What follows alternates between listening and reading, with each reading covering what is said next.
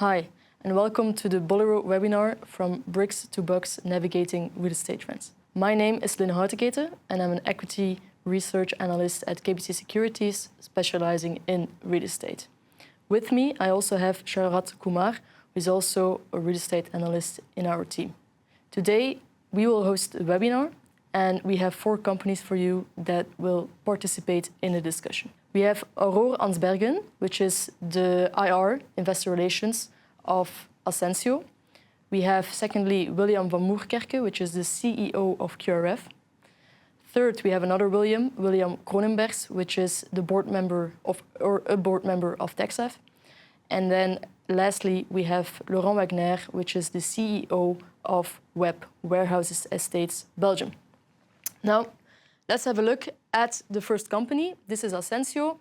Now, if you have a look at the middle graph, you see the fair value of the portfolio. They invest mainly in Belgium, France, and Spain, but Spain is only a relatively small part. Ascensio is a Belgian REIT specializing in retail real estate, and they have out-of-town retail parks, but they also have supermarkets, standalone units, and 40% of the tenant base is actually supermarkets. Now, why do we like Ascensio? We like Ascensio for 4 reasons. First one is they have no committed cost to come, which means that they don't have a very expensive capex to spend in the coming years, and they can exploit opportunities at their own pace. Secondly, they have a very nice dividend yield above 8%, which is well covered. Then thirdly, we like actually that they have mainly retail parks. And retail parks, there are 3 asset classes or sub-asset classes within retail real estate. You have the shopping centers, you have inner city, and you have retail parks. And over the past decade, we've seen that retail parks have actually outperformed within that sector. And then lastly, the hedge ratio of Ascensio is above 80% until 2029, which means that the earnings per share will not be as much impacted by the rising interest rates. And then for the next company, which is QRF. QRF is also a Belgian REIT, but they invest, as opposed to Ascensio, they invest in inner city retail. They mainly have a Belgian portfolio, and the tenant base is mostly fashion, but it has decreased from 50% over the past years. Now, why do we like QRF? QRF we like because they recently sold the whole stake in the Netherlands. There was about 20% of the portfolio, but they did not have enough scale there. And with selling that, they have now enough cash to exploit new opportunities. Similar to Ascensio, they have a relatively high dividend yield, also above 8%. And we also like the tenant base. And the tenant base is good because now they're getting more exposure to the government instead of fashion, which is, generally speaking, less risk. And then fourthly, as I said, out-of-town retail has outperformed inner city, but as of this year, we see a revival of inner city retail. Now I have Sharat Kumar, who will explain to you TechSaf. Thank you, Lynn. Hello, everybody. My name is Sharad. I'm an equity research analyst with KBC Securities. I cover holdings companies and construction materials companies. Looking at TechSaf, TechSaf is a Brussels-listed holding company that purely operates out of Congo. The company has 3 different operational wings, let's say that. One of them is real estate, which makes up for more than 95% of TechSaf's NAV. Together with that, they have Caligress, the sandstone quarry, and they also have a growing TechSaf digital business. Within the real estate business, they have a historical plot of land known as Utex Africa, which is around 50 hectares in size. It has 426 units that is being rented out. And in terms of further growing the company, the biggest growth driver would be Kinsuka Gardens. It's a project that spans across 85 hectares with potential of building and selling 1,500 homes. In terms of construction, it's going to be between FY24 and to be completed and fully commercialized by FY30. And the Caligress Sandstone Quarry, They have an approximate 600,000 tonnage annual capacity with a 25 million ton estimated reserve. And finally, in terms of Texaf Digital, it currently consists of investments with a well-known VC player called Partech. And this could, in the future, also be a growth driver as it facilitates co-investments with potential future unicorns. Just a couple of more data points. In terms of a dividend yield, we expect a dividend yield of 4.7.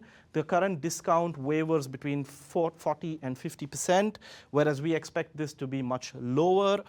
We have a 45 euro target price, and returns have been in line with the BEL 20 up till year to date. I give it back to Lynn to continue. Thank you, Sharad. And the last company is Warehouse Estates Belgium, represented by Laurent Wagner. Warehouse Estates is a company mainly investing in retail real estate, but they also have some offices and they have some logistic real estate, but about 70 to 80% is still retail. It's mainly based in Wallonia, and the tenant base is mostly household equipment and personal equipment.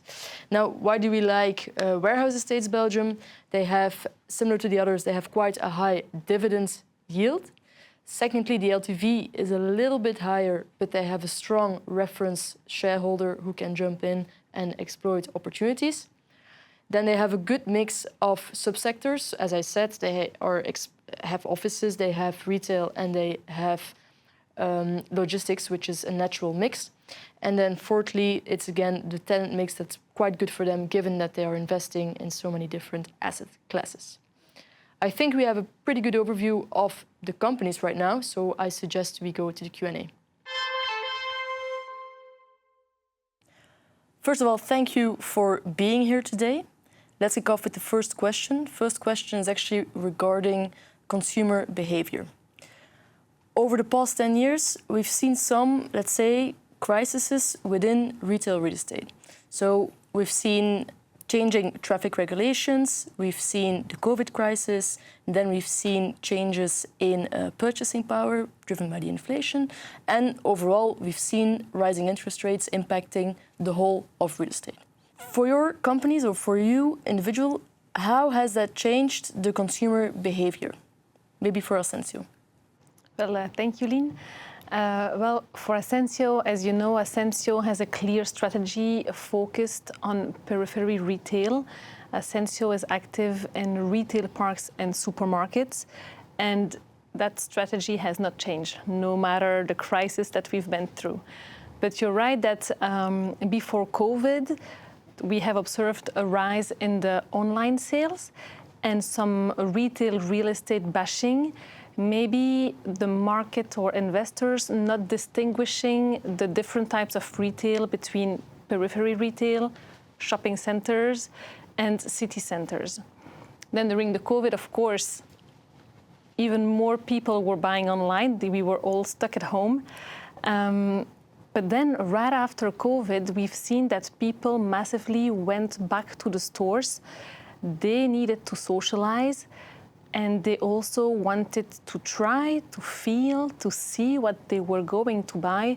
And what we can say is that now the shopping experience, it's what we call an omni-channel experience. Both are linked. People might check something first on the internet, and then they want to go in store to get some advices maybe, and see and feel, as I said. And they might after purchase online because they didn't find the right color or the right size, for instance. Yeah. And maybe for inner city retail, is that the same conclusion, that omnichannel? It's a very similar conclusion, but I would like to add to that we're in the real estate business. Obviously, consumer behavior and changes in consumer behavior due to COVID or other demographic changes is important to us. But our idea is that we can always repurpose our real estate, that we lease out core and shell to different types of tenants. So we have to follow consumer trends. It would be very pretentious to say that a real estate player can change consumer trends. I think you have to adapt to those trends, and you have to have your real estate that is multi-purpose. That's also why we believe in inner city real estate, because through the centuries you've seen that inner city real estate has always bounced back from changes in consumer habit, and you can repurpose to other types of of tenants. Even more, we now look more to buildings that have multi-purpose uses, both with upper floors or ground floor retail, upper floors offices or residential. So I think that is an important nuance to make, that yes, we are susceptible to e-commerce and COVID-19 acceleration of e-commerce and so on, but we're still in the real estate business, and if you have decent real estate that you lease out core and shell, you should be able to repurpose it to multi-tenants. Yeah, so the behavior has changed for a little bit, but is now actually turning back a bit more away from the e-commerce, more into the omnichannel, and therefore you're adapting the company. Is that the same thing that you see? Oui, je ne sais pas trop quoi rajouter à ces diverses conclusions, mais effectivement, nous concernant, Web, donc nous sommes actifs dans l'immobilier également, évidemment, mais d'un point de vue retail, principalement sur des centres commerciaux à ciel ouvert, de périphérie. Et oui, l'e-commerce, évidemment, il est amené à se développer davantage, effectivement, mais la période Covid n'est pas du tout représentative du fonctionnement et des habitudes du consommateur. C'était quand même une période relativement particulière. Et effectivement, comme le dit ma consoeur, on a remarqué qu'à la fin du Covid, les gens s'empressaient justement de retourner et je pense de pouvoir à nouveau retoucher le produit et de ne pas obligatoirement l'acheter au travers d'un écran. Maintenant, à titre d'info, quand on regarde les statistiques publiées par Stadbel, on se rend compte malgré tout, selon les différentes périodes, qu'il y a une certaine stagnation par rapport aux dépenses faites en produits alimentaires d'une part, à l'équipement de la personne d'autre part, à l'équipement de la maison enfin. On note, là où on note une certaine diminution des ventes en magasin, c'est plutôt dans les magasins vraiment très spécialisés de vente au détail. Par contre, tout ce qui tourne autour du service ou de l'achat de gros, toujours selon les statistiques de Stadbel, sont en légère progression. Donc oui, effectivement, je pense que l'e-commerce est amené à se développer davantage, certainement pas, selon moi en tous les cas, comme l'a été la période Covid, qui était vraiment quelque chose de très très particulier. Yeah, maybe to add a little something on it, and then you're right. What is important is how we are adapting also to the consumer trends. And for example, for the periphery retail, we can easily adapt the buildings according to the retailer's needs. So if there's a retailer that says, look, I have to adapt my business model because I need a larger space because I need to stock goods, or because I need a smaller space because now it's only to show and people then buy online, then we can easily adapt the space and the size of the retail units, and that is really important, as you said, to adapt to the new trends. Yeah. All right. Now we're speaking about structural changes in the market, and Texaf being a company that purely operates out of Congo, what kind of trends are you seeing that are helping Texaf grow? Well, first of all, Texaf is active only in Congo, so all its assets are in Congo. What we see, a recent trend, which is very beneficial for us, is the ability to have financing. Financing at interesting rates. The bank reserves are larger than they were before. And this gives us the opportunity to leverage something we couldn't do before. Something, as we all know here, real estate is very cash intensive, and back in the days, we had to do it all on equity. So today, with that trend, we can accelerate our developments, and then as well, the new developments that will accelerate our business. We have 6,000 square meters of co-working entrepreneurial hub that will be state-of-the-art office spaces that we can then push for our entrepreneurial hub, and then as well our how do you say it? Our cotation en bourse, our stock market listing, which gives us the credibility to the local market. We're really a pioneer in the local market to attract new businesses and to be able to defend ourselves as well. And then maybe to add to that, do you see any differences in consumer behavior between different countries? Because in the case of Ascensio, you are active in both France, Belgium, Spain. I can imagine that there are differences. for warehouse estates as well, you're only active in Wallonia, but there can also be a big difference between Flanders and Wallonia, like we will see likely during the elections. And then, for QRF, the same thing. I know you've recently exited the Dutch market, but you must know the differences in between the areas, even though we speak the same, more or less the same language. You must see the differences. What do you all see regarding that? Well, we were just speaking about e-commerce. If we speak about e-commerce again, then yes, we observe differences. The market is more mature, I would say, for e-commerce in Belgium and in France than it is in Spain. In Spain, we can really see that the preferred way of shopping for the consumers is physical shopping. And we also see that the online sales are a lot for all what's linked to experience, so restaurant, leisure, holidays, and so on. And then more generally speaking, we see that there is much more retail concentration in Belgium than it is in France or in Spain, for instance. You see, in France, people can drive 30 to 40 minutes to access a retail park, while in Belgium, people are used to drive really smaller distances to access their supermarket or their retail park. It's definitely the size of the country that determines those trends.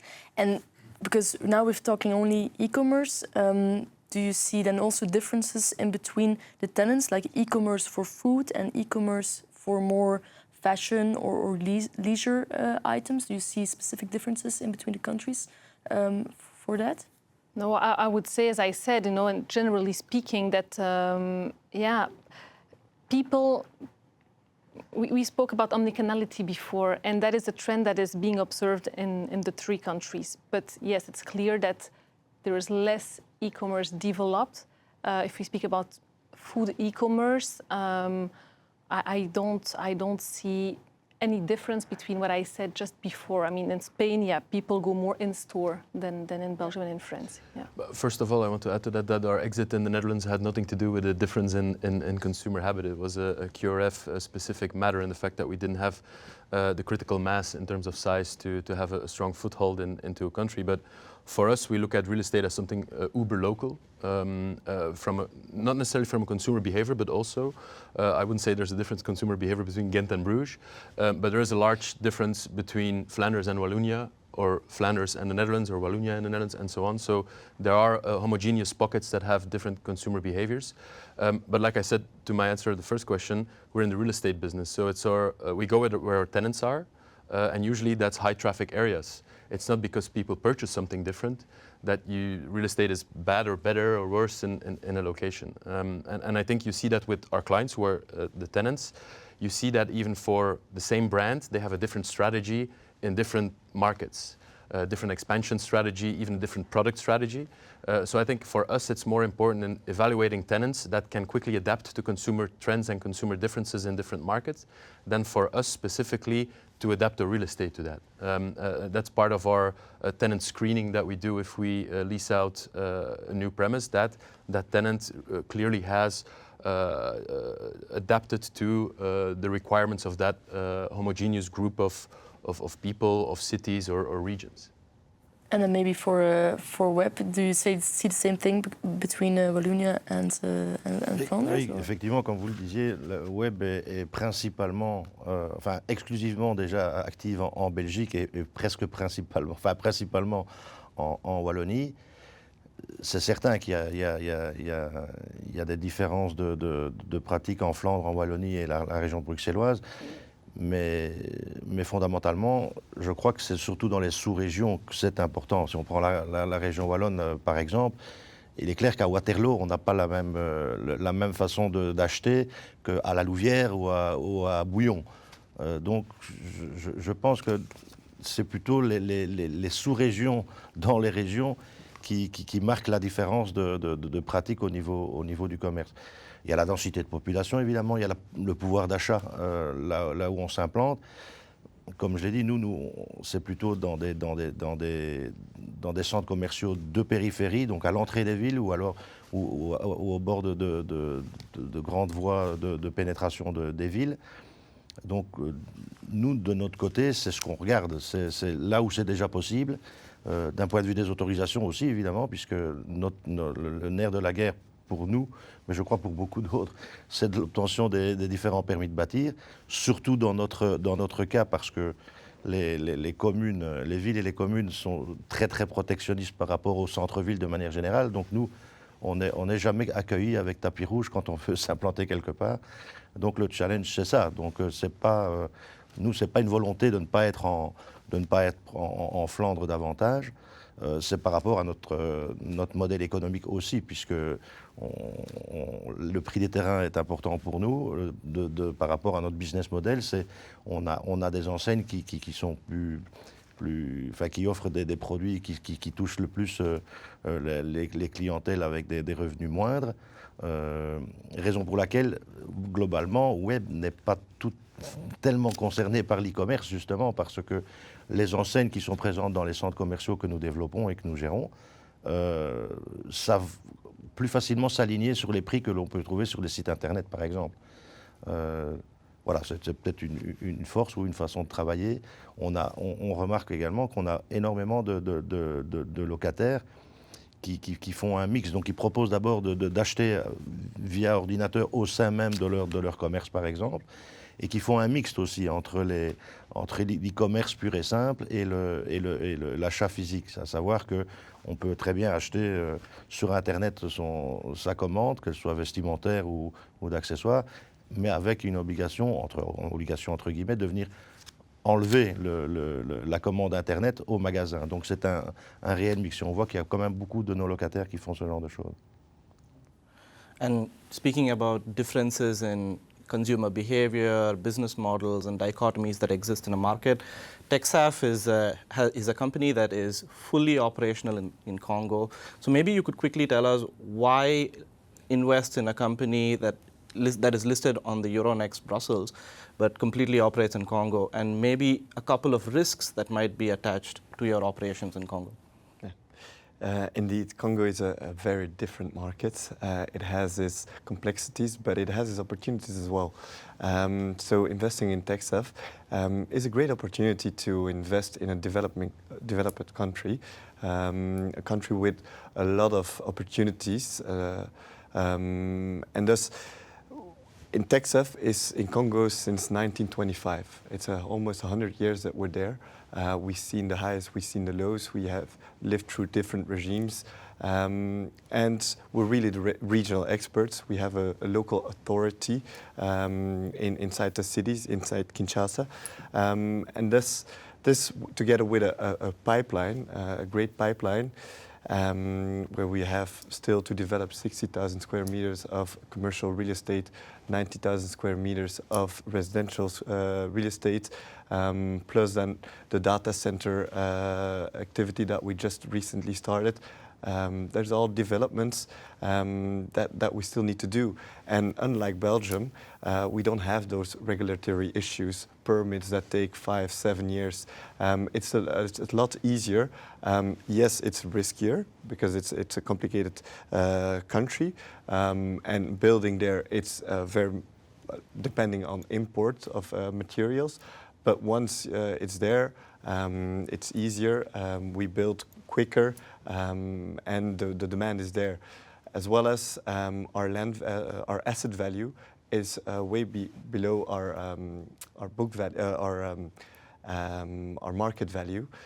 So there's a potential there as well. But what is complicated is today to really capitalize, to prove to the market what the value is, because our main activity is real estate on a 45-hectare land where we develop the mixed-use product, and that is something we just rent out. We don't sell.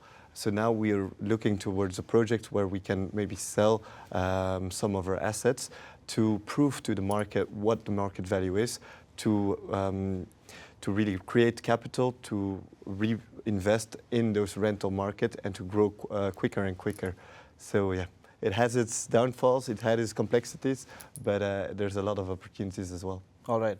Yeah, as an analyst, I like TechSaf because, in Europe, growth rates and across the Western world, growth rates are starting to slow down for not just economies, but sectors in specific. And TechSaf provides this unique exposure to what, by virtue, tomorrow or in few years will become the next growth market. What do you think are some specific catalysts for TechSaf within the Congolese market? Well, today we have a project, Jardin de Kinsuka. It's 87 hectares land that we develop with the emerging middle class of the Congolese. We're targeting to have a tailor-made project to sell to them. It's a neighborhood with infrastructure, with housing, with commercial real estate, as well as sports infrastructure, educational infrastructure. So really a whole neighborhood which is targeted for that Congolese middle class that is up and coming and rising with the purchasing power, with the access to financing. So I think that would be a very catalyst movement for our development, which will then in turn deliver cash that we can reinvest in other things. So that's a movement we're very excited to see. And then maybe going back again to the tenant mix, like me as an analyst, one of the key metrics I'm monitoring is the gross rental income, because if there's no gross rental income, you're not going to have any earnings per share. And so it's key to look at the like-for-like growth, or at least not negative growth in the top line. But in order to realize that, a very good tenant mix is in order, and it's also necessary to assess it in terms of opportunities, but also in terms of risk.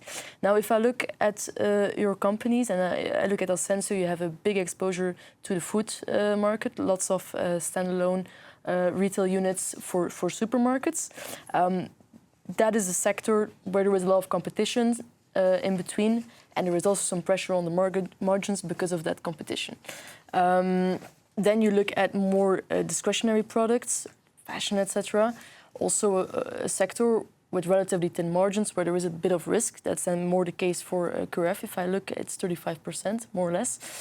That has decreased over the years. So you see that in the inner city there is a bit more trend also towards food, but then not supermarkets, but more like little restaurants and eating waffles, etc.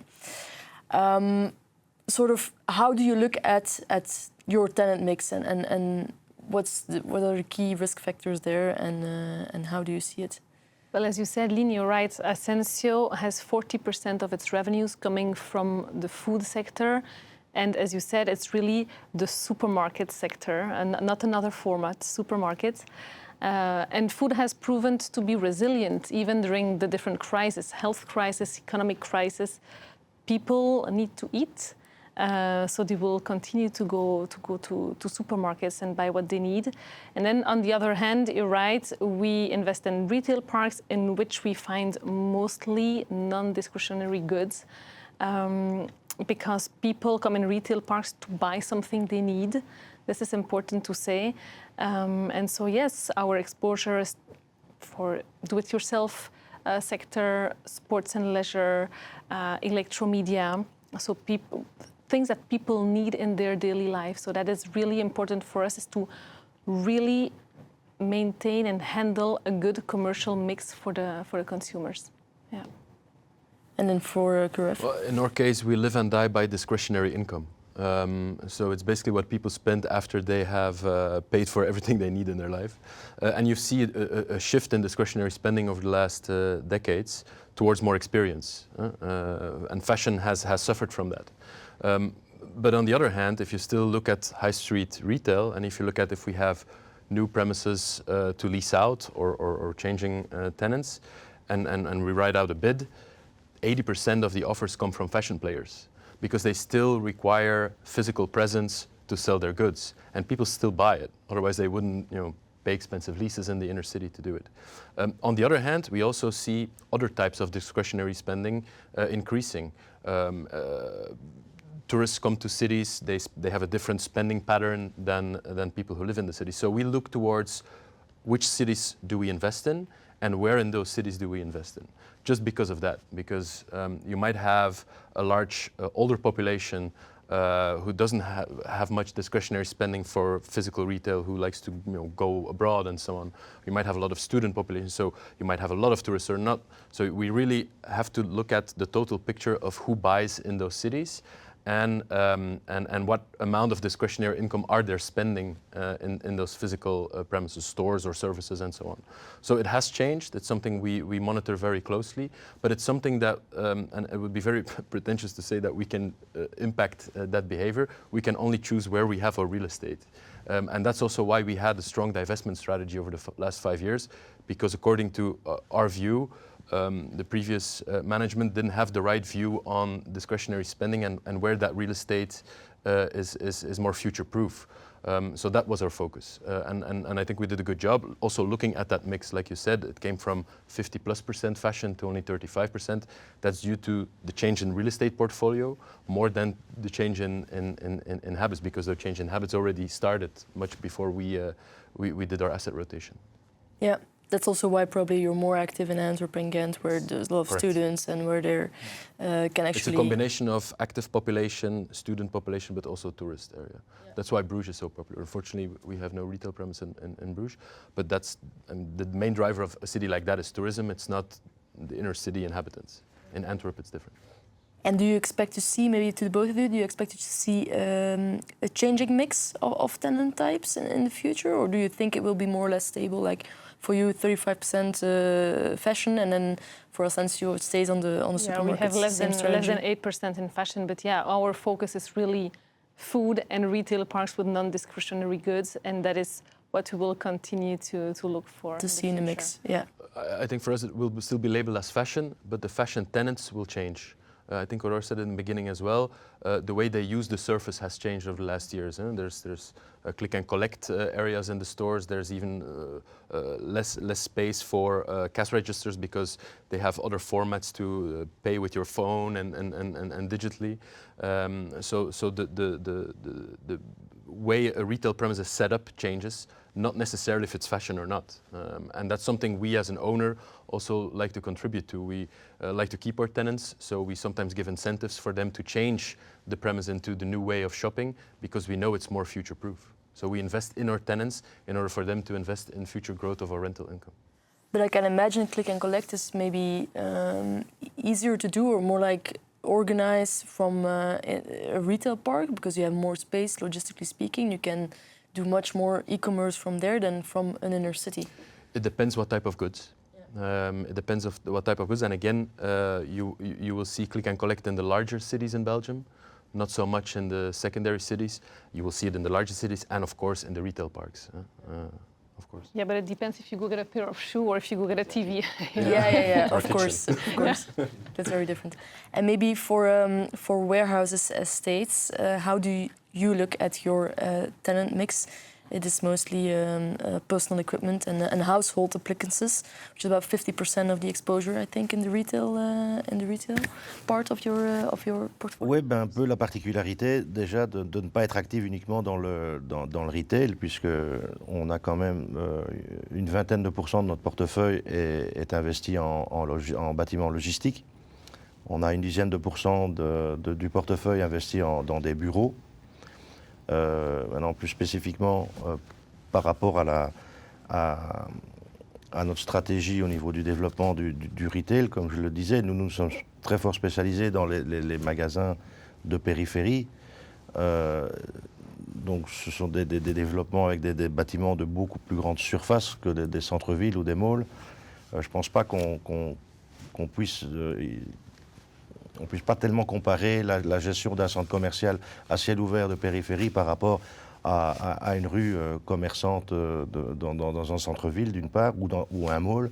Ce sont des métiers quand même si on touche au commerce d'une part et à la brique d'autre part, ça reste quand même des spécificités au niveau de l'organisation.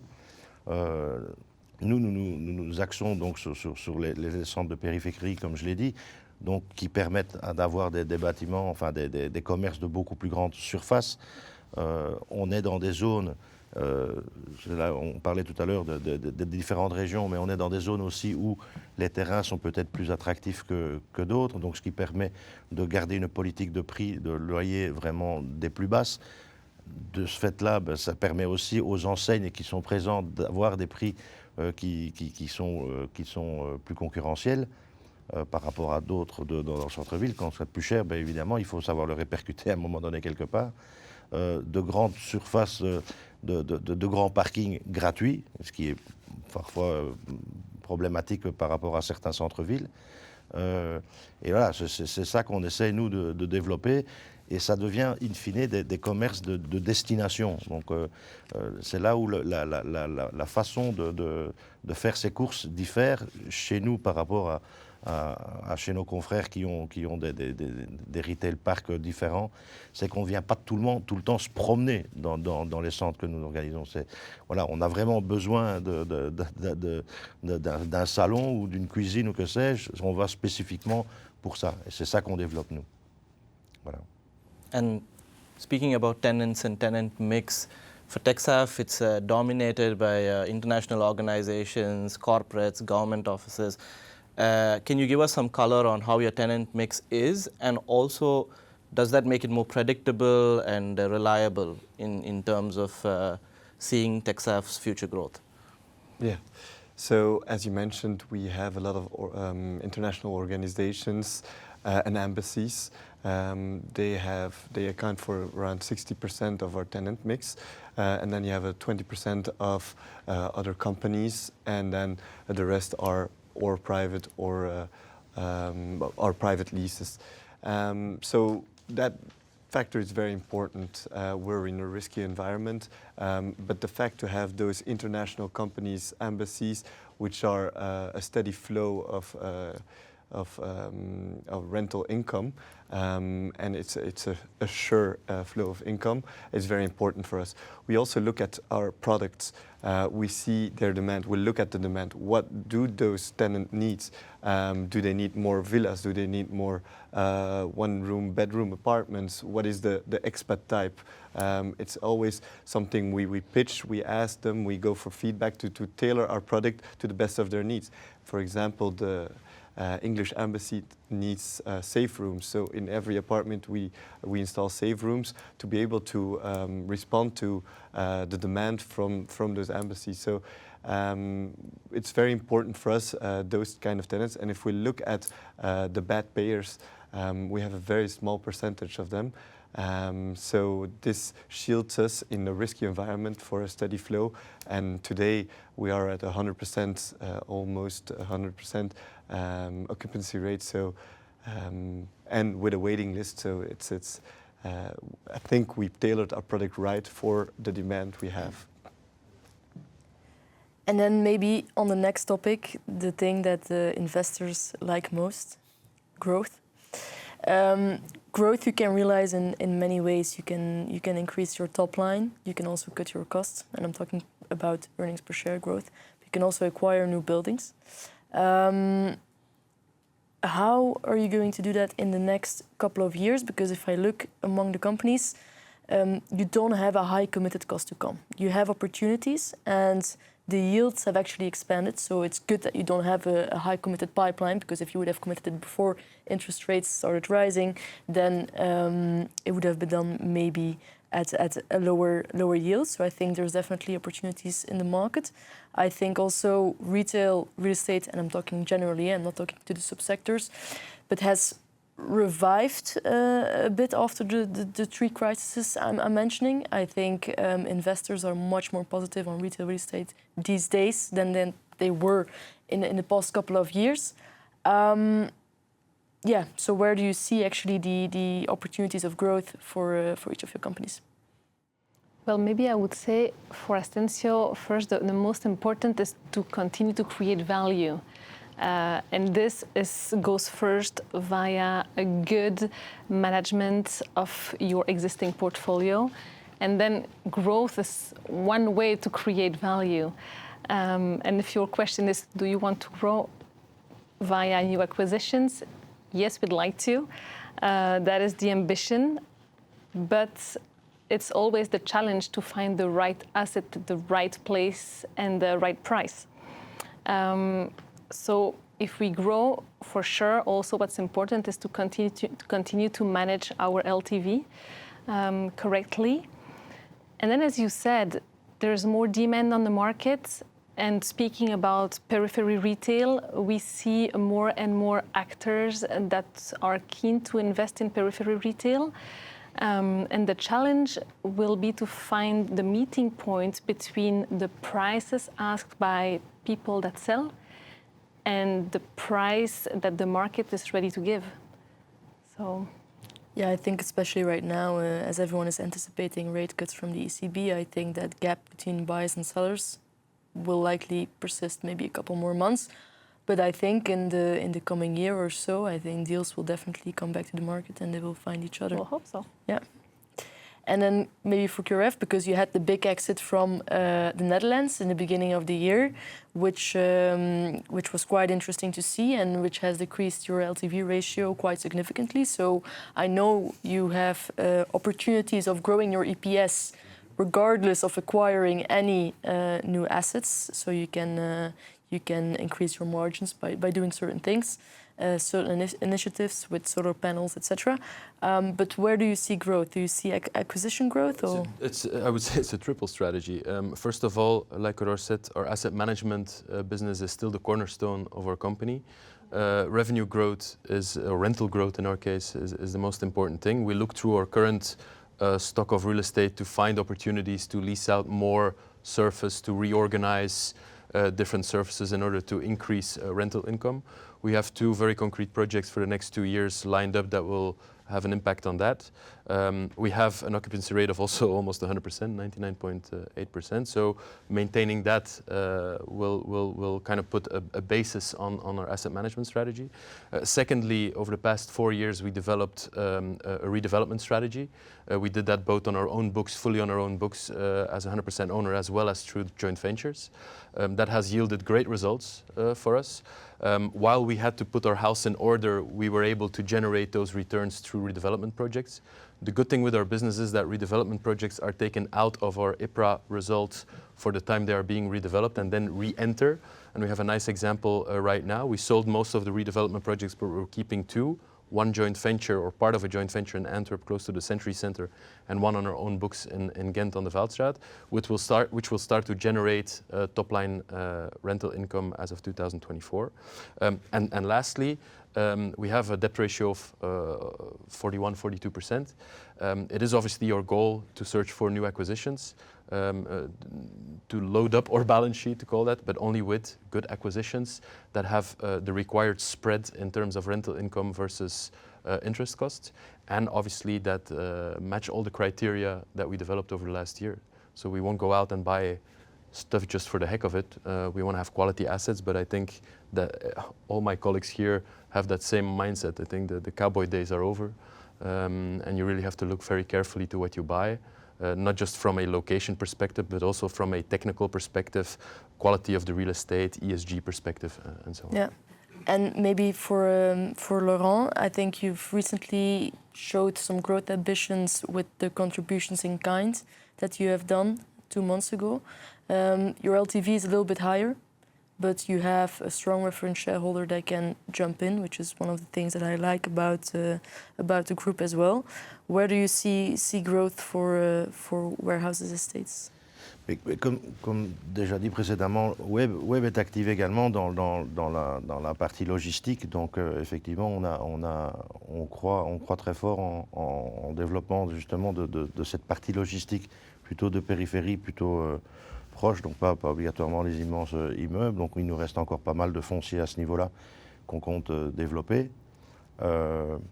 Après pour le reste, pour la partie retail, comme expliqué, donc notre but c'est de s'implanter dans des accès, des voies pénétrantes de grandes villes. Il y a pléthore là-dedans. Notre problème, ça va être principalement d'avoir les différentes autorisations pour pouvoir s'y implanter. Mais voilà, donc après on grandit aussi par rapport à pas mal d'investissements que nous faisons à notre hauteur, à notre échelle plutôt. On consacre quand même pas mal de budget au niveau des capex chaque année, justement pour que les commerces soient de plus en plus attractifs d'une part et avoir une plus grande diversité par rapport à nos centres commerciaux, avoir beaucoup plus de loisirs. On a des salles de gym, on a des clubs de sport, des réalités virtuelles, karting, enfin on développe pas mal tout ça. Dans certains centres également du logement, parce que l'avenir c'est aussi pouvoir peut-être habiter directement là où on fait ses courses. Voilà, donc c'est vers tout ça qu'on s'oriente pour l'avenir, sans négliger la partie logistique qui prendra peut-être un peu plus d'importance dans les années à venir. All right. And talking about growth, TechSaf is in this growth phase, and it would be interesting to know what is beyond Kinsuka Gardens, because right now you have the UTEX Africa compound that you will fully develop and extract value from. Then you will go and develop Kinsuka Gardens. What can we expect from TechSaf, let's say, over the next decade? So yeah, it's a bit the same as QRF. It's at different phases. So yeah, we still today have our UTEX site, which we still have to develop. We have 150,000 square meters still to develop. This will take time, depending on the demand.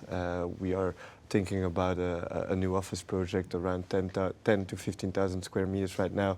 We're looking for the tenants, seeing quality tenants only, international organizations to attract. So that is one pillar to see that development, which will take time. Also our asset management, how can we optimize the current real estate we have with the infrastructure, the leisure activities to really have that perfect work-live-play environment. Kinsuka Gardens next to it is also a pillar that we will take time, will take 10 years time to develop everything. But the next phase, we are historically a holding company. We have today 3 activities. We have our real estate, we have our quarrying mine, and then we have TechSaf Digital. TechSaf Digital is where maybe the growth of TechSaf 3.0, if I can call it like that, will lie. Today, we as a pillar in the private sector of Congo, we as I mentioned before, with our stock market rating, we are very trustworthy. We're the go-to partner in Congo, in Kinshasa. This we proved with the data center, where we attracted an international player that was developing data centers all around Africa to install itself and establish itself in Kinshasa. But they didn't want to do it alone. They had to need a partner because it's a very complicated reality to navigate in. And that's where we come in. We have that local expertise. So we did that joint venture and took it. And now today we're building the first data center that answers to the international norms, tier 3 norms. So this is maybe an opportunity for the future. We can see maybe other partnerships in the energy sector, in maybe the CO2 sector. The opportunities in Congo are endless. And I think with our integrity and our governance, we can really attract those big groups that are looking towards Congo but are afraid to step into the country because it's that complicity that makes it interesting, but makes it as well scary. And with us as a partner, I'm sure that we can create great partnerships for the future. So I think there maybe lies an opportunity in that sector, except for the real estate, where we have still a plenty of value to create. And maybe as part of the growth that we talked about in the previous question, you can manage all of your assets quite well. And I think in order to manage your assets these days, we have to talk about ESG, and especially the E part of the ESG word, especially in real estate. You don't have to be a hardcore real estate investor to understand that it's super important these days to keep your stock qualified to rent out. What are the initiatives that you have? I think it's going to be kind of similar, but it depends a little bit between inner city and retail parks. Obviously, there is different kind of investments to make. And related to that, do you get additional rental income from the ESG investments that you are making in the retail parks versus the inner city? Well, yeah, it's a big topic, ESG, and it's a really important one. We work on it on a daily basis. So at Essentio, we've created an ESG department that is fully busy with all these matters. Yeah, and as you said, I think it depends of the kind of assets that you have. It might be not the same, even the same obligations, legal obligations in city centers than for periphery retail. But yeah, we need to comply to all the new regulations that are already in force or coming in the coming years. For example, in retail parks, well, we will develop car charging stations. It's an obligation in France, so that is something undergoing. We have started the installation works on site. We have the same ambition in Belgium. We have big parking, so it's perfect. We also have lots of surfaces for the roofs on which we can install solar panels. So it's really a hand-in-hand work with our tenants to see how we can get there. We will have revenues from the car charging stations, for instance. So yeah, it's always something that we're looking for, is how to continue to create value amongst the portfolio, as I said before. Yeah, and at the same time compliant to the ESG. Comply, exactly, combine both, I think, makes sense. Well, for an inner city player, there are different challenges. We don't have large car parks, fortunately or unfortunately, depending on how you look at it. But from a holistic perspective, inner city real estate is very sustainable because you basically bank on society, the roads, public transportation, cleanness of the cities to make your real estate more attractive. If you look at the real estate itself, there's a few challenges because inner city, you have neighbors, you have less room, less surface to install solar panels and so on. Yet we've identified quite a few locations where it is possible, and we're actually going down the list. And I think at some point, even the smaller premises will have solar panels once we go through kind of the practical and the admin-related challenges. I would say from the first set of initiatives, purely on solar panels, we would achieve around 1% additional rental income. But for me, that's not necessarily the most important thing. Apart from the fact that it's good for the environment, it also increases the stickiness of your tenants. And I think that is the most important factor for us, is that it adds a layer to the conversation that you have with your tenants. Because in retail, as we all know, every 3 years, a tenant has the option to break his lease or to renegotiate his lease. And that helps. Not all inner city premises have solar panels or have that ESG component. So if we are a front runner, that helps to increase the stickiness of our tenants. Yeah. Long-term relationships, that is what we're all looking for, I think. Of course, it manages the risk profile of the company, I agree. And maybe for warehouses estates, what are the ESG initiatives that you are doing within the company? Mais comme tout le monde, on y est très attentif évidemment. Pour notre part, on a pas mal de locataires qui pour l'instant, sont en train d'installer des panneaux solaires sur divers immeubles. De notre côté, on a, pas plus tard que la semaine dernière, signé pour l'implantation de divers bandes de recherche sur 7 de nos sites.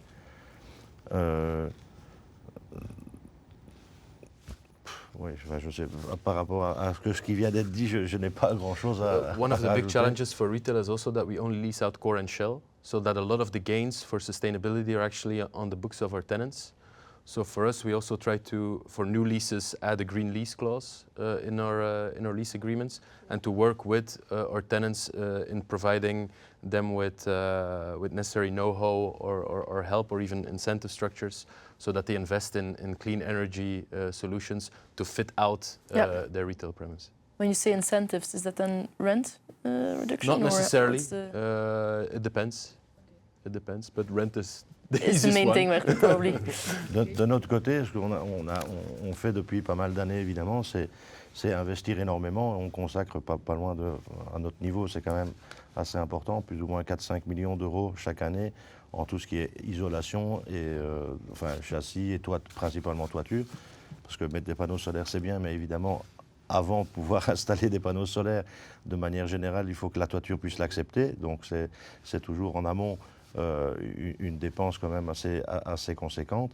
Et depuis pas mal d'années, c'est ce qu'on essaie de faire. Et pour évidemment ne pas avoir de trop mauvais résultats, on est rentré dans une phase aussi de désinvestissement au sein de Web. Donc les bâtiments où là, malheureusement, il faut pratiquement soit les abattre, soit les vendre. Donc il y en a certains pour lesquels la première option a été adoptée. Donc on a les bâtiments beaucoup plus anciens ont été abattus et sont reconstruits avec la même activité ou avec une nouvelle activité. Donc dans la région de Charleroi, City Nord par exemple, des bâtiments industriels ont été et sont d'ailleurs en phase de l'être encore pour être transformés en magasins. Et donc voilà, donc ça c'est une procédure qui est en cours chez nous depuis un petit temps déjà maintenant. And ESG can be a little difficult to see in Africa. And can you maybe tell me how TechSaf is incorporating ESG initiatives and also leveraging on them in Africa especially? Yeah, so yeah, ESG is also very important for us. We want to comply to the European norms and put it in action in Africa. On the environmental level, I think it's more of an asset to really invest in it. It will be a competitive advantage towards our local competitors that are not that busy with it. Since our clients are international organizations and embassies, which are concerned with that issue, I think we can have a great synergy between us offering it and them demanding it with the other players in the market that are less concerned about it. And so what we try to do, we try to reduce our carbon footprint, reduce waste.